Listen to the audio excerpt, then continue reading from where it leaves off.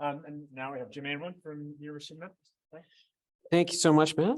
Thank you so much for the opportunity to talk here. First of all, before I get started, I want to thank my co-authors. This has been a big project over a number of years. Notably, Amby Henchen, who spearheaded a lot of this, is now at the Smithsonian. And because it's a big project over multiple years, I'm going to go about an inch deep and a mile wide. So let's see what we can do here, talking about evolutionary patterns, molecular mechanisms, transmission consequences of tolerance. First of all, let's talk about tolerance in this context, make sure we're on the same page with definitions. So if we have pathogen load on the x-axis, host fitness on the y-axis, if we had two groups that differed in resistance only, what you'd see is something like this, where those that blue group is killing off the pathogen more effectively than the purple group, right? So that's reflected in pathogen load, but notably the decline in fitness is the same between those groups. If they differed in tolerance only, what we're talking about is the effect of a given amount of pathogen load. So you can see that that slope is shallower for the blue group. So that's what we're going to be talking about in terms of tolerance here today. And what my group has been doing over the last few years is asking these three basic questions. So can tolerance evolve rapidly in response to pathogen emergence? What immune mechanisms could underlie tolerance? And then what are those transmission consequences of tolerance? Now, we've all been thinking about spillover a lot lately in terms of tolerant animal hosts. Also, in terms of our closeness with animals, domestic or otherwise, landscapes where wild, domestic, and humans all are sharing space. And this isn't just on the savannas. This is where we are right now here at Penn State. And appropriately, when I got out of the car yesterday, the very first songbird I heard singing was that critter, the housefinch. Sorry, this has got a little delay on it. And I'm going to talk about the housefinch and Mycoplasma gallisepticum, this pathogen that jumped into housefinches in the mid-90s from poultry, causes severe conjunctivitis in the housefinch host, which we score on a scale of 0 to 3 per eye. So here's the first data of the talk. Housefinches have 2 eyes. So our scale is actually going to go to 6 on the graphs that I show you. A little bit more logistics on this, thinking back to this definition of tolerance and these axes. Instead of host fitness, we're going to do what a lot of folks do and put pathology on that y-axis. But you'll note that the healthy hosts are up here at the top. The less healthy hosts are at the bottom, so closer to the origin. So our zeros are going to be up here on this axis. That'll come up again when we look at some data. All right, so first question. Can tolerance evolve rapidly in response to pathogen emergence? So like I mentioned, this pathogen jumped into wild birds in the 90s, first detected in Virginia, spread rapidly across North America. There are still some pockets in the Southwest where it hasn't been detected yet, and it hasn't been detected yet in Hawaii. So this gives us a nice proxy in terms of geography substituting for time since pathogen endemism, and I'm calling the pathogen MG here for short. And what we did, we went out to 7 of those populations, brought individuals into common environments, either at Virginia Tech, Iowa State, or Memphis, and we infected individuals experimentally, getting only juveniles and making sure individuals were naive for the pathogen by testing for serology. Our predictions being that we'd have more tolerance in those animals that had been co-evolving for a longer time, those populations that had been co-evolving for a longer time with the pathogen. All right, so here's what we found. Again, we've got pathogen on the x-axis here. We've got pathology on the y-axis with our healthy animals up here. Our populations, our lightest population is going to be the one that has the longest time since the pathogen's been endemic, and the darkest one is the shortest time or no time endemic. And here's what we find is you see a pattern where, okay, everybody does get sick, but those that have had the pathogen for a longer time are getting less sick for a given pathogen load.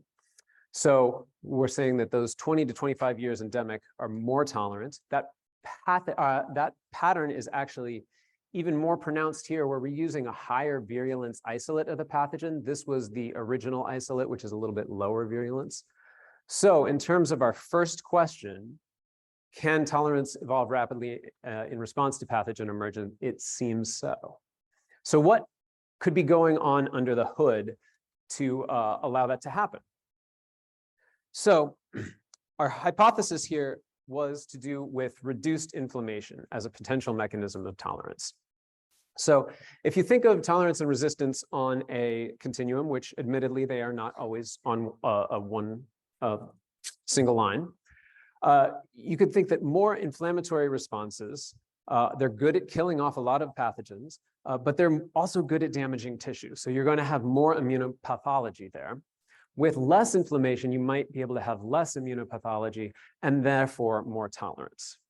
And we saw some evidence for this in a couple populations a while ago, but does this hold true when we have multiple populations across this, this gradient? So we have 2 less tolerant populations here and 2 more tolerant populations. We did RNA-seq on these guys on the Harderian gland, which is a tiny immune tissue behind the eye. And the big picture, you have a lot more genes differentially expressed during infection in those less tolerant populations than in the more tolerant populations. If we start breaking this down a bit more, so we've got an enrichment analysis here, and you see these are all the immune terms that we looked at. I'm not going to go through that whole list. I'm going to highlight a few of those, but you can see this pattern is persisting with more genes expressed in those pathways in the less tolerant population. So when you look at the top ones there, the processes, you get some pretty general stuff. Positive regulation of immune system, like, yeah, they're sick. We'd expect that, but you do get things like inflammatory response. You get granulocyte migration, neutrophil chemotaxis, response to lipopolysaccharide. These are things that you'd expect early inflammatory responses. This is on day 3 of infection, so we're squarely early in infection. We do get a cytokine receptor that comes up and some cytokines that are involved in this sort of infiltration into tissues. So taken together, it does seem that there's probably more inflammation going on, but generally, going back to this, like those less tolerant populations are throwing everything in the kitchen sink at this, whereas your more tolerant populations have a less diverse, I suppose, response. So in terms of those immune mechanisms, muted early immune responses, including inflammatory responses, seem to correlate with tolerance there. Now, for the effects on transmission, we've got what might be a little bit counterintuitive in terms of predictions here. So I'm going to predict that our less tolerant populations are going to have a higher transmission probability, and our more tolerant populations having a lower transmission probability. So we've got 2 populations in this study, brought them into captivity. But let me tell you why I'm going to make that prediction. So we think about tolerance here, and we think about who could be the super spreaders. At least in my mind, the first thing that came up, like we're thinking the typhoid Marys here, right? So lots of pathogen load, no problem, right? That should be our super spreader. But what about conditions or diseases where pathology is actually good for spreading things, right? This can be the case in a lot of diseases. And I'm maybe making my point too strongly there. But in our system, we and other groups have seen a couple things here. So first of all, bird feeders act as fomites in this system. And we've seen that an animal with less pathology is going to deposit less pathogen on the bird feeder. Animal with more pathology is going to deposit more. And those animals with more pathology are more likely to transmit. So putting that in the context of tolerance, what we're really expecting is that our animals down here are going to be more likely to transmit rather than our typhoid Mary situation there. Okay, so we have our birds from 2 populations. We actually had a 3rd population that was our naive birds. So we have pairs in captivity, experimentally inoculate in 1 individual. And we're looking at our tolerance here as a single point for each individual. So that's maximum conjunctivitis score divided by the maximum pathology there. So each dot is an individual. As you can see, our previously more tolerant population, more tolerant here. But also, there's a lot of spread here in these data. And what we're really interested in is at the individual level, how these animals are doing. So I'm going to show you the analysis, not by population, because I'm not interested in population per se. I'm going to show you by the individual here. And now I've moved tolerance to the x-axis just to be confusing. Come on now. But still, our animals that are sicker are closer to the origin. Our more tolerant animals are out here. And this is the probability of transmitting to their cage mate by day 28. And you can see that that probability of transmission goes down with more tolerant individuals there. So in terms of our 3 questions, how does tolerance alter transmission? Well, it seems to reduce the probability of transmission. And I will put the caveat that's in this system under pretty physically constrained space. I'd love to talk to you more about behavior and the role that that plays in tolerance, but I'm, in the interest of time, going to keep that short. And why do we care, finally? Again, we want to identify those super spreaders. They might not always be who we think of when we think of typhoid Mary.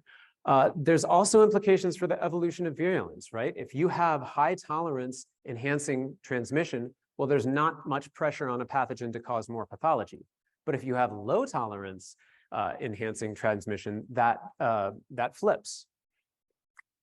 Again, not just for Penn State. This is the sort of landscape that we find ourselves in around the world. And with that, many thanks to people who helped collect the data and give us money to do so. And thank you so much for your time.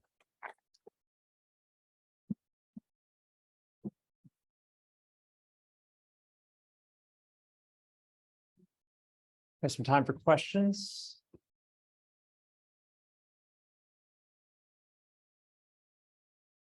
Hey, very cool talk. Thank you so much. I'm curious about thinking about these higher probabilities of transmission. So I buy that at a single point in time, this might be true, but I don't know much about the system. Does this cause mortality? Because if you have them potentially living shorter lifespans where they have higher probability compared to a finch that could live for a very long time but transmit at a lower probability, how might that affect what you're seeing? There's very much a chance for optimal virulence, right? And there is in the wild, they do survive shorter when they're infected. So that's very, but I think that a take home there still can be that the shape of those trade-off curves, like Mike Boots was talking about earlier today, could really be different with these different modes of transmission where pathology might enhance transmission. Hey, James, great talk.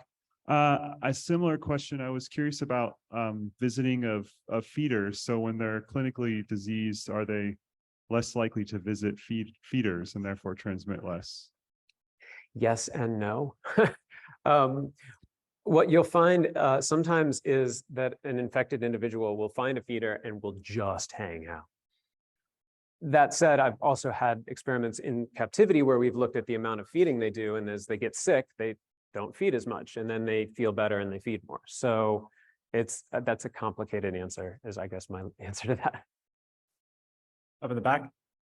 Hey, so what did the gene expression patterns look like in the more tolerant birds? In the more tolerant birds, Mm-hmm. basically just less of everything. Okay. Is that your question, Courtney? Sorry. Yes. So I think you showed us, the RNA sequencing results from the less tolerant birds, and then the pathways, like the genes that were involved and potential pathways that were involved. I was wondering what the more tolerant birds looked like. Yeah, that's a great question. And what I was really condensing here in the word cloud was like the difference between the less and the more tolerant. But I'm super intrigued about retroviruses right now, and whether there might be some retroviral expression going on in those more tolerant populations. There's a lot more to probe there. Yeah.